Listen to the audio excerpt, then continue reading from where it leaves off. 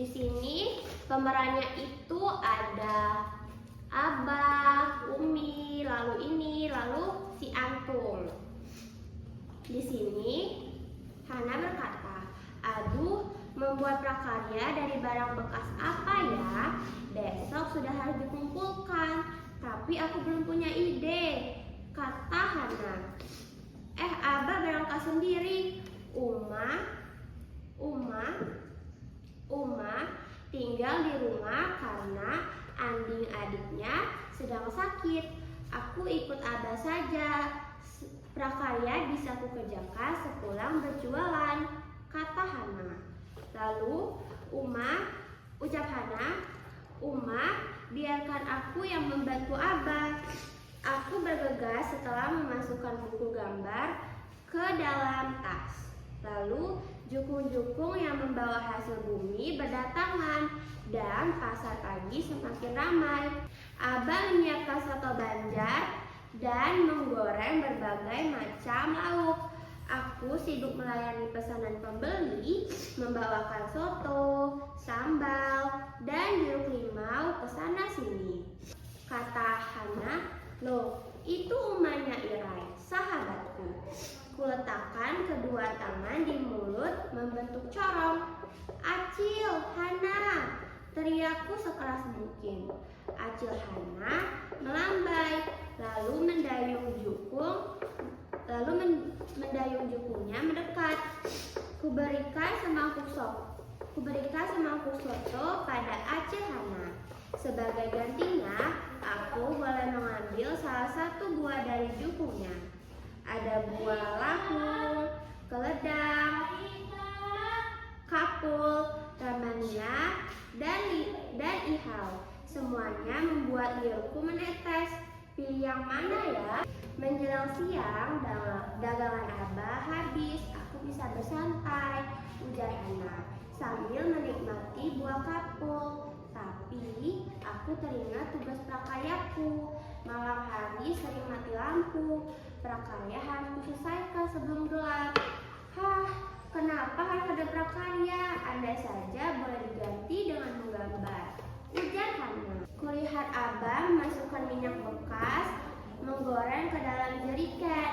"Abah, jelatannya mau dibawa ke bank sampah. Biar aku saja, aku mau sekalian ke rumah Irai," ucapnya. Lalu kugulung buku gambar dan meneropong jukung Acil Hana. "Itu dia," ujar dia. Lalu Abah mengarahkan perahu kelotok sesuai petunjukku. Setelah dekat, aku melompat seperti bekatan berayun. "Ups, hampir saja aku terjatuh," ucapnya. Acil Hana mendayung perlahan, namun jukung melaju dengan cepat. Sepertinya mudah, aku mau mencoba juga. Kuminta dayung dari tangan Acil Hana. Ternyata tak mudah. Jukung bergoyang ke kiri dan ke kanan. Kami hampir kehilangan keseimbangan. Acil Hana mendayung kembali dan menyuruhku duduk saja dengan tenang. Aku melompat keluar sebelum Acil Hana sempat menambatkan jukung. Berlari mendekati Irai yang sedang bermain balago dengan adiknya. "Sepertinya seru, aku ikut bermain," ucapnya. "Inur, kamu sudah membuat prakarya?" tanya Irai. "Inur, kamu sudah membuat prakarya?" tanya Irai. Kutepuk dahiku, teringat tujuanku ke rumah Irai. "Aku kesini mau melihat prakaryamu. Kamu membuat apa?" ucap Hana. Lalu Irai menunjukkan hasil karyanya, sebuah tanggui yang dilapisi anyaman plastik bekas kemasan. Tanggui Uma cepat rusak terkena hujan dan panas.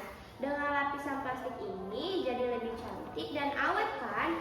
Aku mengangguk, lalu mencoba tanggui Irai. "Aku mau tanggui juga, bagaimana membuatnya?" ucapnya. "Jangan meniru, cari idemu sendiri. Nanti Pak Guru mengira aku yang mencontek prakaryamu," Irai berkata meraih tanggui dari kepalaku. Lalu aku mencibir lalu bergumam lirih, betapa pelitnya Irai. Lebih baik bermain lagi, ku ambil balago yang tergeletak. Baru saja aku bermain, adik Irai merebut balogo yang kupegang. Tak sengaja ia menyenggol jarikan jelantah hingga terjatuh. Lalu tutup jarikan sedikit terbuka dan minyak jelantah mengalir keluar. Tutup jarikan sedikit terbuka dan minyak jelantah mengalir keluar.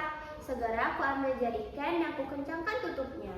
Minyak yang tumpah bisa merusak dan mencemari air dan tanah. Menyebalkan. Matahari mulai condong ke barat. Aku berpamitan sambil berpikir keras. Barang bekas apa yang mudah dibawa prakarya? Botol, kaleng, karton, atau plastik? Ucapnya. Bank sampah lebih mudah dicapai bila menumpang perahu, namun kupilih jalan gunung. Atau plastik. Bank sampah lebih mudah dicapai bila menumpang perahu, namun kupilih jalan gunung. Jarikan yang berat tak menghalangiku mendaki undak-undakan. Kupindahkan dari tangan kanan dan kiri bergantian agar tangannya tidak pegal. Di atas bukit ada rumah Ivan, seorang teman tuli. Ia sedang membaca buku, nampaknya asik sekali. Aku mendekat dan melambai untuk menarik perhatian Ivan. Sapa dengan isyarat setelah ia melihatku. Ivan, apakah kamu sudah membuat prakarya? Ucapnya. Lalu aku membuat mainan perahu klotok dari karton bekas. Jawab Ivan dengan isyarat. Ia mengajakku melihat prakaryanya. Ivan membuat kapal klotok yang sangat keren, seperti kapal abah. Ia mengajariku membuat kapal dan memberikan bahan-bahan yang ia miliki. Awalnya mudah saat menggambar bagian-bagian kapal, namun sulit ketika memotongnya. Hasilnya selalu melenceng dan tidak rapi, meski kurangi beberapa kali. Menyebalkan. Bolos saja. Aku menyerah. Sementara matahari semakin rendah. Lebih baik cepat-cepat ke bank sampah sambil memikirkan ide lain. Di persimpangan dekat bank sampah, seseorang memanggilku. Rupanya Antung sedang di bengkel jahit abahnya. Ia membuat tas dari percal kain sal siraman. Cantik sekali, aku mau membuatnya juga, ucapnya. Lalu Antung memberikan beberapa potong kain sisa dari bengkel abahnya. Ia membantu memotong menjadi sama besar setelah aku gagal beberapa kali. Ia juga membantu memasukkan benang ke lubang jarum. Aku belum pernah menjahit dan tidak tahu harus mulai dari mana. Antung mengajariku. Namun jariku tertusuk jarum pada saat jahitan pertama. Lagi-lagi aku menyerah. Kuamati jemari Antung bergerak lincah, meninggalkan jejak rapi di atas kain. Kenapa ada benang yang menjulur tak rapi? Mungkin Antung tak melihatnya. Biar ku bantu merapikan, ucapnya. Jangan, teriak Antung. Lalu terlambat. Dia sudah menarik benang itu sampai lepas, sehingga kain Antung jadi berantakan. Dia minta maaf dan buru-buru pergi ke bank sampah. Beberapa orang sedang antri untuk menabung sampah dan barang bekas. Seorang petugas menimbang dan mencatatnya dalam buku tabungan. Sambil menunggu giliran, aku melihat kerajinan barang bekas yang ada di rak. Ada tas dari tutup botol, kap lampu dari gelas plastik, lalu dan banyak lagi. Semua tampak cantik, namun sangat rumit. Aku tahu tak akan bisa membuatnya. Apalagi waktunya semakin dikit, ucap dia. Lalu aku terduduk lemas di depan rak, tanpa ide dan harapan. Sementara hari semakin sore. Apakah besok membolos saja, ucapnya. Tapi besok ada pelajaran favoritku, menggambar, ucapnya. Mati lampu, petugas memanggil dan memintaku menuang jelantah ke tong penampung. Tong itu diberi arang untuk menyerap zat-zat berbahaya dari jelantah. Bagian atasnya dipasangi saringan agar kotoran tidak ikut tercampur. Beberapa remaja sedang mengerjakan sesuatu di dekat mereka. Ada benda warna-warni yang belum pernah kulihat. Ternyata mereka sedang membuat sabun dan lilin dari minyak jelantah. Aha, aku tahu prakarya apa yang akan kubuat, ucapnya. Ku beli bahan-bahan dari bank sampah dengan mengurangi tabunganku. Aku diizinkan meminjam peralatan dan membuat prakarya di bank sampah. Lalu dia panaskan minyak jelantah dan parafin dalam panci dengan api kecil hingga tercampur rata. Bagi dua larutan ke dalam panci lain dan tambahkan krayon dengan warna berbeda pada masing-masing panci. Yang dilakukannya.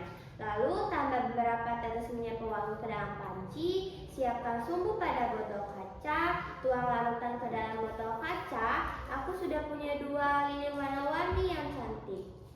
Namun larutan dalam panci masih tersisa banyak. Sisa lilin masih cukup untuk mengisi 3 botol kaca. Sambil menunggu lilin mengeras, aku menggambar tas, kapal klotok, dan tanggul. Kupotong dan kutempelkan satu-satu pada botol kaca. Aku pulang dengan membawa 5 lilin warna-warni supaya cepat. Aku menumpang kapal klotok. Hari menjelang petang dan aku masih menanti lilin mengeras. Ketika lampu padam, aku teringat teman-temanku. Semoga mereka telah menyelesaikan prakaryanya. Aroma wangi memenuhi rumah saat lilin kunyalakan. Aku masih punya 4 lilin untuk Antung, Ivan, Irai, dan dikumpulkan ke sekolah. Keempatnya aku masukkan dalam tas supaya besok pagi tidak lupa dan ketinggalan. Tamat.